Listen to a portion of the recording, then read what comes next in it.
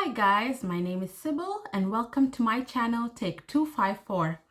Today we are going to be doing a spoiler review of episodes 1 through 8 of The Ultimatum Season 2 on Netflix. So for those of you who may not be aware, The Ultimatum is a reality TV show on Netflix produced by the same producers behind the wildly successful Love is Blind franchise. And where you have couples who have been together for some time and one of the couples issues an ultimatum to the partner and tells them, marry me or I will move on. So the couples break up and date other couples who are participating in the show. They choose someone to partner with and they go into a 3-week trial marriage with them after where they meet each other's friends and families and live with each other. And then after the 3-week trial marriage, they go back to their original partners for a second 3-week trial marriage. And after which it's a 6-week period, they have to either propose, break up, or choose someone else to start a relationship with from the people they met in the show. So basically, it's the most chaotic idea for a dating show ever. So in season 1, it was wildly successful, and the couples from season 1, a majority of them, like half of the couples, are married. Like we have Alexis and Hunter, they tied the knot in June of 2022, last year. And Lauren and Nathan, they were one of the couples that participated in season 1 of The Ultimatum. They're also married back in October of last year. And Madeline and Colby, they are the couple that brought in all the drama. They were the flagship couple of season 1 of The Ultimatum. And they are actually expecting baby number 2 after she gave birth to her first kid with Colby back in May of 2022. They gave birth to a daughter named Josephine. Shanique and Randall, during the reunion, they were broken up, but they got re-engaged this year, actually, back in July. So they're back to being re-engaged. They're not yet married. They're still working on their relationship. And we have April. She's the one who issued an ultimatum to Jake. They're broken up. She actually gave birth to a daughter back in August of this year with a new boyfriend, Cody. And Ray, she gave the ultimatum to Zay, and they split during the reunion. She came out as bisexual, and she's been single and dating a girl, an unnamed girl, ever since. And Zay and Jake are both single. So judging by the first season of The Ultimatum, I would say like it has a 58% success rate, which is not bad, and it's on par with the national datas and averages of relationships and marriages. So all in all, it's proving to be successful. So I'm going to do a rundown of this season's couples from the most to the least interesting. So in season 2, we have Lisa and Brian. So Lisa, 31, she's the one who gave Brian the ultimatum, and he's 28. And during their candids, they revealed that their relationship was just supposed to be a hookup, a casual thing. 2 years later, here Brian is on the ultimatum. And then we have Trey and Raya. Trey is 28. He gave Raya an ultimatum, who's 24. They've been dating for 2 years. He wants to get married. She's reluctant. He comes from like this big family, long time marriages. He wants that for himself. He wants lots of kids. Well, Raya, she was raised by a single mom, and she just doesn't trust marriage or want to be married. Then we have James, who is 23, and Ryan. They are the couple who have been together the longest. Actually, in both seasons, season 1 and 2, they've been together for 7 years. They were high school sweethearts, and Ryan is the one who issued James an ultimatum, and she just feels like it's what's taking him so long. She should be married by now with him.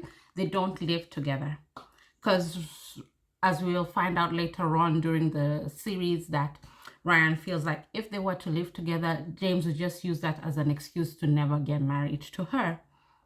Then we have Alex and Kat. Alex is 31.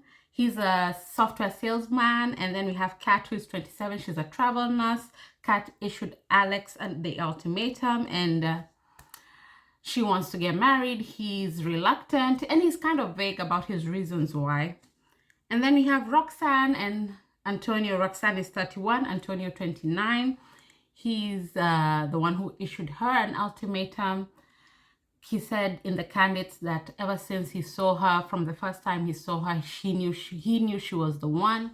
Roxanne is apprehensive with just the whole idea of marriage, but with Antonio specifically, she just doesn't feel like he's ambitious enough for her. So through this experiment, Antonio is hoping to prove to Roxanne that he's man enough for her to be willing to commit to him. So I'm just going to do a play-by-play of the episodes, episode 1 through 8, and just highlight the most interesting thing that happened in each episode and give commentary on my opinions on the couples and the dynamics of their relationship. So in episode 1, titled The Split, we have the couples meeting each other, and then they break up and they're supposed to date and find potential matches to do the trial marriage with. And just before they even get to do the whole speed dating segment of the experiment, Lisa, in the middle of the night, she wakes up crying and she's freaking out. And we have Brian trying to comfort her. And later in the day, when they wake up, they just discuss it, how she's feeling anxious. And it's just like, Lisa, you're the one who brought Brian to this whole competition. But she's just feeling insecure and anxious. And she's kind of having second thoughts and second guessing herself about deciding to bring Brian into this whole thing to begin with. Like, you can see that Lisa, she's older than Brian, and when you look at Brian and Lisa together just on paper, like, I feel like Brian is slightly out of her league, so she might be factoring in he's younger than her, he's out of her league looks-wise, and she may just be feeling so insecure. He does seem to be a bit of a player, a bit of a cheater. He does have those vibes. So they go into the speed dating portion, and Lisa just keeps her eye on Brian the whole time. She's watching him as he's flirting with other girls. He seems to be hitting it off with Raya, who is 24, who was issued the ultimatum by her partner Trey.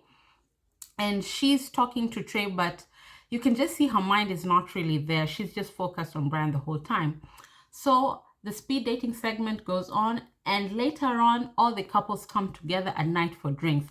And Lisa brings up like this question. She asks people, so who are you feeling? Who are you vibing with? And then Brian and Raya mutually seem to have like this attraction and connection with each other. And Raya pulls Brian aside for just some casual conversation. And then Lisa comes in. They're seated like in the corner of the club or restaurant, wherever they were at. Lisa comes in and just makes the whole situation so awkward, and then Raya makes the wise decision to walk off, and things just escalate from there. Next thing you know, WTF, Lisa hits Brian in front of everyone, in front of strangers, on camera, on a streaming show that's streaming worldwide. So it's just like, okay, what's going on? Like, we've never seen anything like that. The ghetto, we've never seen anything so ghetto like that happening on these Netflix reality shows. So episode 2, it's called Unexpected Revelations. We just pick right off from Brian getting hit in the face, getting mushed in the face by Lisa. And even Brian, he was kind of, he looks like shocked, but also not shocked. It seems like Lisa behaves like this. I mean, obviously, if she feels comfortable doing this in front of strangers on camera, Brian must have known like somehow she's volatile. And they go outside. He's following her outside, and they're having this whole big argument. She's talking about like, you know, you're interested in her, calling Raya out of her name. It's just a lot going on. So finally, like, things come down. Couples are still dating, and towards the end of it, we have the ceremony, the choosing ceremony, where couples are supposed to match with each other and pick who they're going to go into the first trial, 3-week trial marriage with. And we noticed when they're seated at the table with Nick and Vanessa Lachey, they're hosting the show still. We noticed that Lisa and Brian are not there, and Nick he's the one who makes this announcement, like, okay, I'm sure you noticed Lisa and Brian are not here, and the reason they're not here is Lisa is pregnant. She took a pregnancy test, and it turned out positive, and everyone at the table is so shocked. and they declined the option to come and explain to the show and the other contestants themselves, and just told Nick and Vanessa Lachey to do it on their behalf. So now we just have 4 couples, and the ultimatum ends up turning into couples swap. So we have Trey, he matches with Ryan, and then we have James, he goes off with Raya, that's Trey's partner, and who Trey issued the ultimatum to. And then we have Kat, she matches with Antonio. Then we have Roxanne, who matches with Alex. So everyone has just basically traded partners because there are only 8 people left in the whole competition. So episode 3 is called The Choice. We have the couples moving in together. And so during the whole choosing ceremony, so we had like these 2 big moments. We had Lisa and Brian dropping out, and Nick Lachey announcing to the table that they dropped out because Lisa ended up being pregnant. So in episode 3, we start off with an edit of Lisa and Brian discussing the whole pregnancy in the privacy of their own, I don't know, room or home. And Brian seems shocked, but then he's happy. Like he's going through all the emotions. So Brian and Lisa are together. And I saw people commenting like, oh, Lisa did this to trap Brian. But like, think about it. They just got onto the ultimatum. They've been maybe there for like what, 2 days, a weekend, and she takes a pregnancy test and it turns out positive. For her to produce a positive result in a pregnancy test must mean that she conceived this kid like 2 months prior. So this was not some nefarious plan on the part of Lisa to trap Brian with the whole, at least with the whole ultimatum show. Like, for her to produce a positive result, she must have been pregnant. So I didn't agree with people online talking about, oh, Lisa is so sneaky, they don't believe her, she did this. She's pregnant. It's actually been confirmed because this thing was filmed between September and October of 2022 in Charlotte, North Carolina, and all the participants who are in the show either live there or in neighboring southern states like Georgia and Atlanta.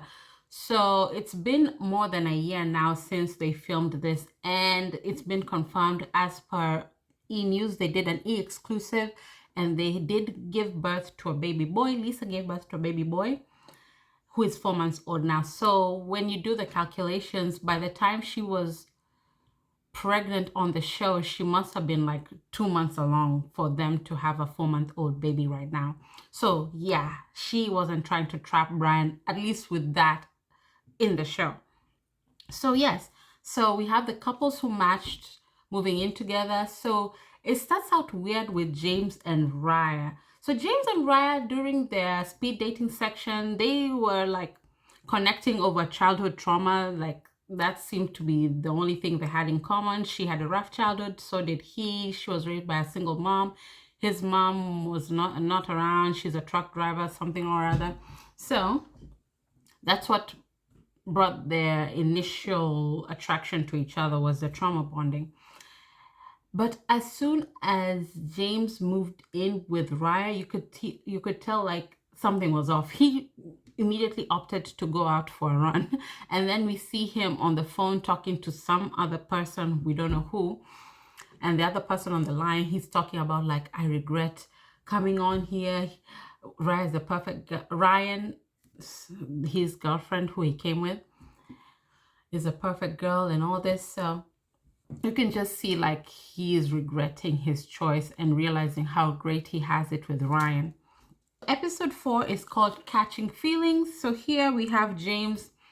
We start off with James and Raya playing these games, this card game to find out, to find out more about each other and better connect with each other. And she asks him, if you could have a threesome with a celebrity, who would you choose? And then he says Ryan Reynolds.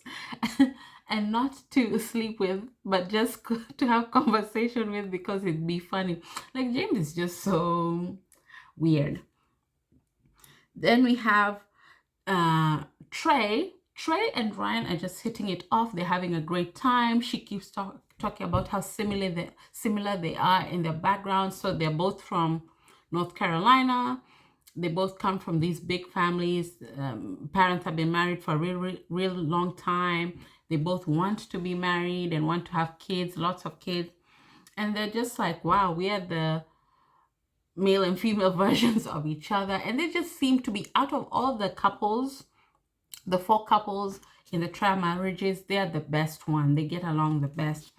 And during one of their dates, they're out on some boat somewhere eating ice cream.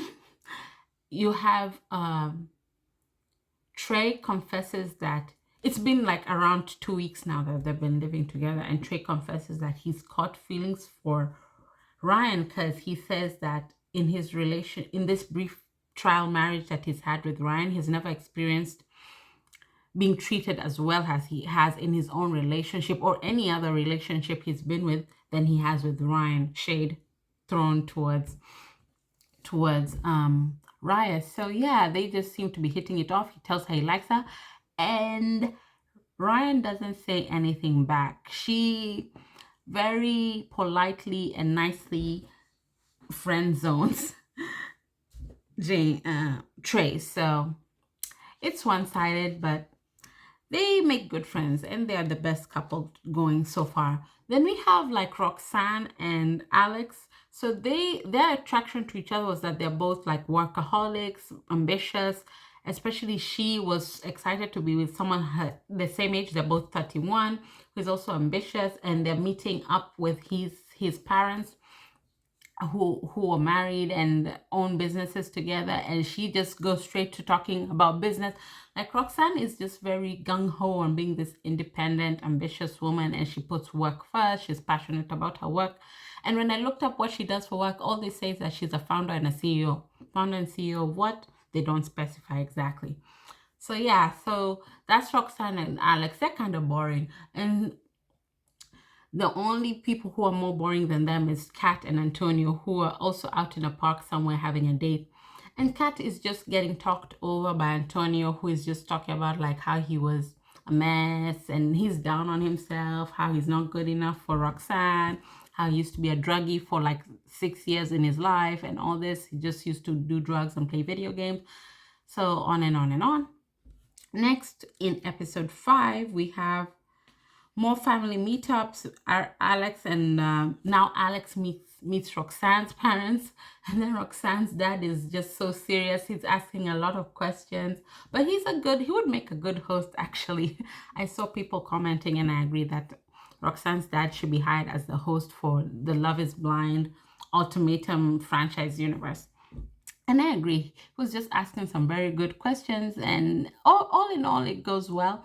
So there's a point where Roxanne's dad asks Alex what he does to make his daughter happy. Like, does he open doors? Does he pull out the chair for her? You know, just all that gentleman-y type of thing. And he says yes. And then Roxanne does whoop. She catches whiplash and says, "You do?" And then it's like, "Yeah, I think I do." So it's just like a weird moment between them, but it gets brushed over quickly. It's nothing too big. And these episodes are kind of boring. Since Lisa and Brian left in episode 2, you know, they look like to be the couple that would bring the most drama, but since she turned out pregnant, they dipped. So the couples that are left behind are not that volatile as they were going to be, but I didn't mind it. But there's just not so much drama to report on. It's just people going through the trial marriages and meeting up with friends and family and such. So in episode 5, we have the guys and the girls meet. So the girls all meet up for drinks, and the guys all meet up for drinks, and it's just interesting. We have Antonio pulls Alex to the side and just asks him, you know, tell me how it's going with Roxanne, be honest with me. And Alex tells Antonio that based on how Roxanne talks about him, that he doesn't get the impression that Roxanne likes him and respects him. And that just sends Antonio over the edge. he runs away, and he calls Roxanne on the phone talking about like, why does Alex feel like you don't respect me? So he just makes a really big deal out of something that's so obvious to everyone, even us viewers, that Roxanne does not indeed respect Antonio. So in episode 6, we pick up from Alex, running off, and Kat, the camera crew is asking Kat, where's Antonio? She's like, I don't know, and she just seems totally unbothered by it. She doesn't know where he went after he ran away, and she just tells them the same thing. He comes back later and explains, how he was so affected by Alex telling him that Roxanne doesn't respect him. It's just kind of a thing. So all in all, the most interesting thing about episode 6 is this is a changeover, and it's also the title of episode 6. Now the trial marriages are over, and the couples who issued the ultimatum are going back to the original couples, and they're going into the second 3-week trial marriage with the original partners. And during the changeover table meeting, we have Trey confessing his feelings for Ryan. So the face Raya makes when she hears that is just interesting. Roxanne confronting Alex about the whole me respecting Antonio thing, and Alex does not budge. He's like, I don't think you do respect Alex, and he's like, that's my opinion, and I'm sticking to it. So in episode 7, we have Ryan and James. We see them having this dumb fight in the middle of the night, and then later on during the day, he finally admits, those certain aspects of his past that he was hiding from Ryan because he felt like he'd be judged by her. He admits them to her. So he says, like, when he was a kid, his dad died when he was 2. His mom was never around because she's a truck driver, so he was alone a lot of the time. He used to harm himself because he was insecure about being compared to his dad. His mom used to hit him in the face, and he used to harm himself. And that's what he's been keeping from Ryan all these years. He used to harm himself as a kid, as a teenager, and even as a young adult. And he's been keeping this from Ryan the whole time because he felt like she would judge him and leave him. And there's something so interesting about keeping your suicidal tendency from your partner because you felt like they would leave you. Because when your partner actually does want to leave you, it's like you kind of confirm their reasons for wanting to keep that from you to begin with. So that was interesting. Then episode 8 is the ultimatum. So this is the episode where all the couples will finally have to decide to either stick together, break up, or leave with someone they met during the show. So episodes 9 and 10, that's the reunion, the reunion and the breakups or the engagements are going to drop this Wednesday, August 30th. And my predictions is that Trey won't propose to Raya. I think they'll split. And I think they should split. Then I have James and Ryan. I think they will be engaged, and they will still be engaged at the reunion. Alex, I don't think he'll propose to Kat, but she'll stick beside him at the reunion. I think they'll still be together. And Antonio will propose to Roxanne. She'll accept, but I think they'll have split up by the time the reunion comes around. So let me know your thoughts down below. Who do you think will stick together? Who do you think will break up? And don't forget to subscribe to the channel Take 254. Thank you.